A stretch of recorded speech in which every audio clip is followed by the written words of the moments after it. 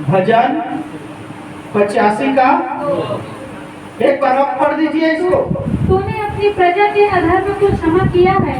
तूने अपने प्रजा में आप और मैं भी हूं। परमेश्वर ने अपने प्रजा के अधर्म को क्षमा किया है और उसके सब पापों को ढांप दिया है। हालेलुया। निश्चय उसने हमारे लोगों को सह लिया। किसने? कहां पर है? यशाया 53 4 और 5। निश्चय यीशु ने हमारे लोगों को सह लिया और हमारे दुखों को उठा लिया। हमारे अधर्म के कामों के पापों के कारण उस पर ताड़ना पड़ी। पहला है क्या है? पाप का क्षमा होना। मसीह जीवन की 4 सीढ़ियां में पहला है पाप क्षमा होना, और इसको मैं आपको भजन संहिता 85 के 2 से बताया। आइए दूसरा देखते हैं। यीशु मसीह को कौन जानता है? देखिए, हाथ उठाने में कंजूसी नहीं। जानते हैं तो सच से हाथ उठाइए, गलत भी होगा कोई बात नहीं है। और जो नहीं जानते वो भी हाथ उठाएं। ठीक है? ठीक, निकालिए मेरे साथ तिमोथी 2:5।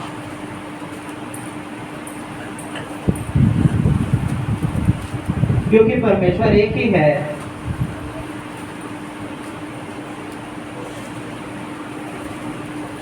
हालेलुया। हाँ, चले पढ़िए। क्योंकि परमेश्वर एक ही है। परमेश्वर एक ही है और परमेश्वर मनुष्यों के बीच में भी एक ही बिचवाई है, अर्थात मसीह यीशु। हालेलुया। परमेश्वर और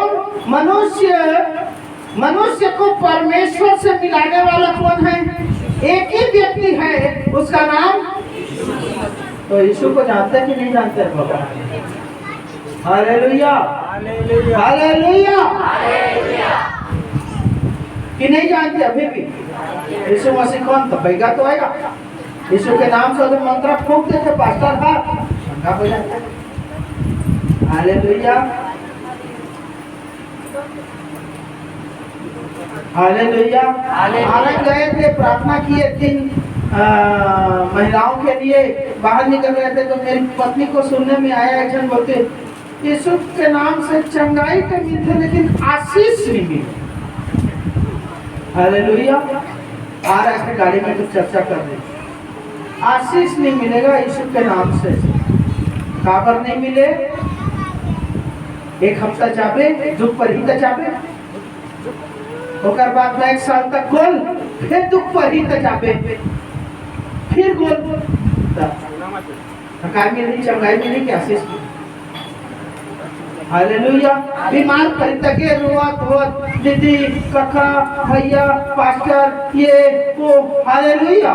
ऐसे करना भैया, ये करना भैया, मोल ये प्रार्थना कर दे, कोट फिराते, ये फिराते, वो फिराते, ऐसे हो के वो हो गए। हालेलुया। और जब बढ़िया करते यीशु मसीह, होकर बाद में टार होती, फिर चले जाओ दुख पर ही तो जाओ जी, ऐसे करो। और डॉक्टर नहीं है ना, यीशु को नहीं जानते, इसलिए आप ऐसा कहते हैं, ऐसा सोचते हैं। यदि जानते तो रेगुलर जाते, आपकी चंगाई हमेशा रेगुलर बनी रहती और प्रभु आपको रेगुलर आशीष देते रहता। क्यों? है ना? स्कूल में अच्छा डिवीजन से पास होने के लिए रेगुलर जाना पड़ता है कि महीने में 1 बार कि हफ्ता में 1 बार? हालेलुया। तो सांसारिक चीजों को पाने के लिए, डिग्री पाने के लिए महीने में 1 बार रोज जाते हैं, लेकिन यीशु के पास जाना है तो मरे के नौबत आ जाते। चल यीशु का अभी क्या कर रहे, पास्टर का अभी खुआ ले। Hallelujah, hallelujah. देखते गड़बड़ी। आइए पहले को देखते हैं। पहला है पाप क्षमा होना। भजन संहिता 85 के 2 में हमारे पाप क्या हो जाते हैं? जैसे हम यीशु मसीह के पास आते हैं, उसको अपना उद्धार करता ग्रहण करते हैं, मेरे प्रियो हमारे पाप क्षमा हो जाते हैं। दूसरा यह है कि हमको यीशु मसीह को क्या करना है? जानना है कि यीशु मसीह के अलावा और कोई है ही नहीं। कोई ईश्वर है ही नहीं, कोई परमेश्वर है ही नहीं।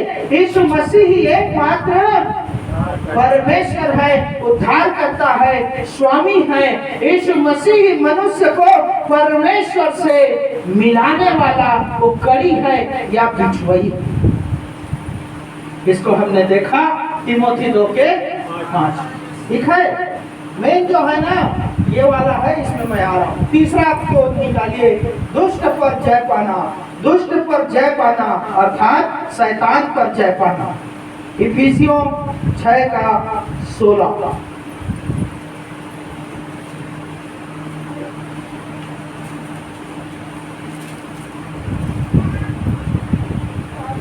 और इन सब के साथ विश्वास की ढाल लेकर स्थिर रहो, जिससे तुम उस दुष्ट के सब जलते हुए तीरों को बुझा सको। हालेलुया। आपको हथियार को बुझा देना है, कुंद कर देना है। ये है दुष्ट पर जय पाना अर्थात इफिसियों 6:16। शैतान दुष्ट आत्मा के हथियारों को क्या कर देना? कुंद कर देना, खत्म कर देना, उसके प्रभाव को नष्ट कर देना। शैतान दुष्ट आत्मा आपकी ओर जादू टोना को छोड़ा है। हालेलुया। आप में वो सामर्थ्य होना चाहिए, आते आते खत्म हो जाए। आपको कोई जादू टोना भी नहीं कर पाएगा, याद रखिए। हालेलुया। हो सकता है आप यीशु मसीह के भवन में आते हैं, यीशु मसीह पर विश्वास करते हो, तो आपको लोग बोलते होंगे टोनिया ऐसा करे। इसलिए बोलते हैं कि वो कुछ नहीं कर सकते। आपको टोना जादू आप पर लगता नहीं, इसलिए कहते हैं कि मर लग पड़े। इसलिए वो बोलते हैं कि ये टोना जादू करती है ऐसा करके। हालेलुया। आप तो सीधा सिंपल प्रार्थना करते हैं। सही है, सही बात है कि नहीं? हालेलुया। दुष्ट पर जय पाने का लक्षण है इफिसियों 6:16 में है कि आपने जय पाया है कि नहीं पाया है। हालेलुया।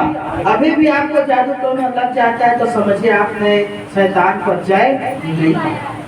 आइए चौथा में चलते हैं, परमेश्वर पिता को क्या करना? जानना। हालेलुया। जानना कैसे जानोगे? चलो आओ, जानोगे तो क्या क्या लक्षण आएगा, क्या क्या ये आएगा वो बताता हूँ। पहला सामुएल 10:6-7। पहला सामुएल 10:6 और 7 देखते हैं। चलिए। तब यहोवा का आत्मा तुझ पर बल से उतरेगा। हालेलुया। देखिए तो क्या करता है। 3 सीढ़ी चढ़ने के बाद क्या होगा? यहोवा का आत्मा तुझ पर बल से उतरेगा। बल से उतरेगा मतलब ताकत के साथ उतरेगा। कैसे उतरेगा? ताकत के साथ उतरेगा। कब? पहले जब आपके पाप क्षमा हो गए, पहला सीढ़ी।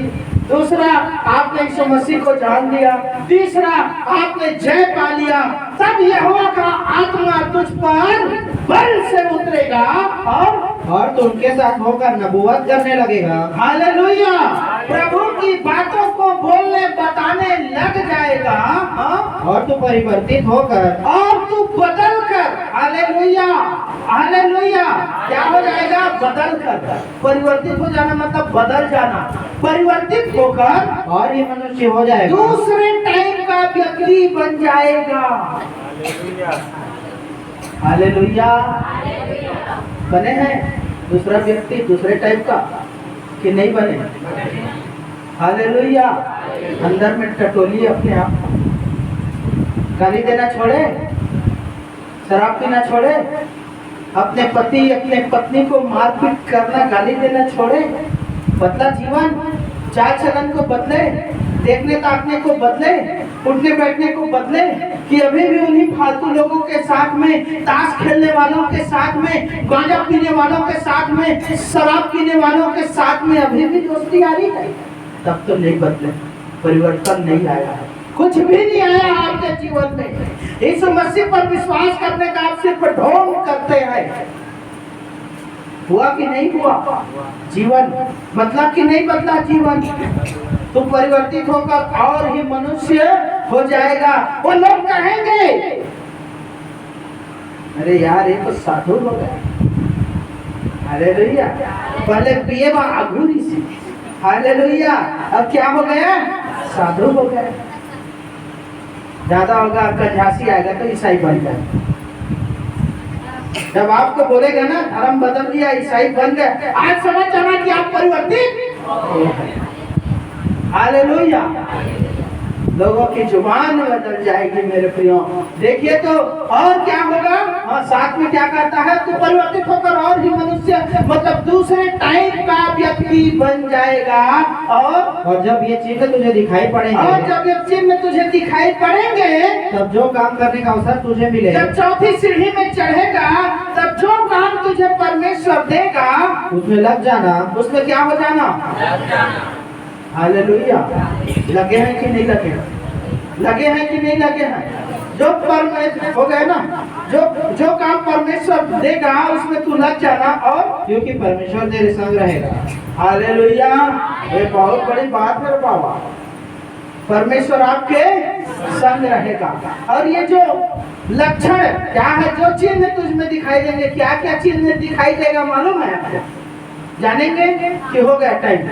समाप्त कर दूं कि अगली बार मैं दिखा दूं? 4 ये जो चौथी सीढ़ी में जब आप चढ़ जाएंगे, दूसरे टाइप का मनुष्य बन जाएंगे, तो आप में कुछ लक्षण प्रकट होंगे, आप में कुछ अलग चिन्ह दिखाई देंगे।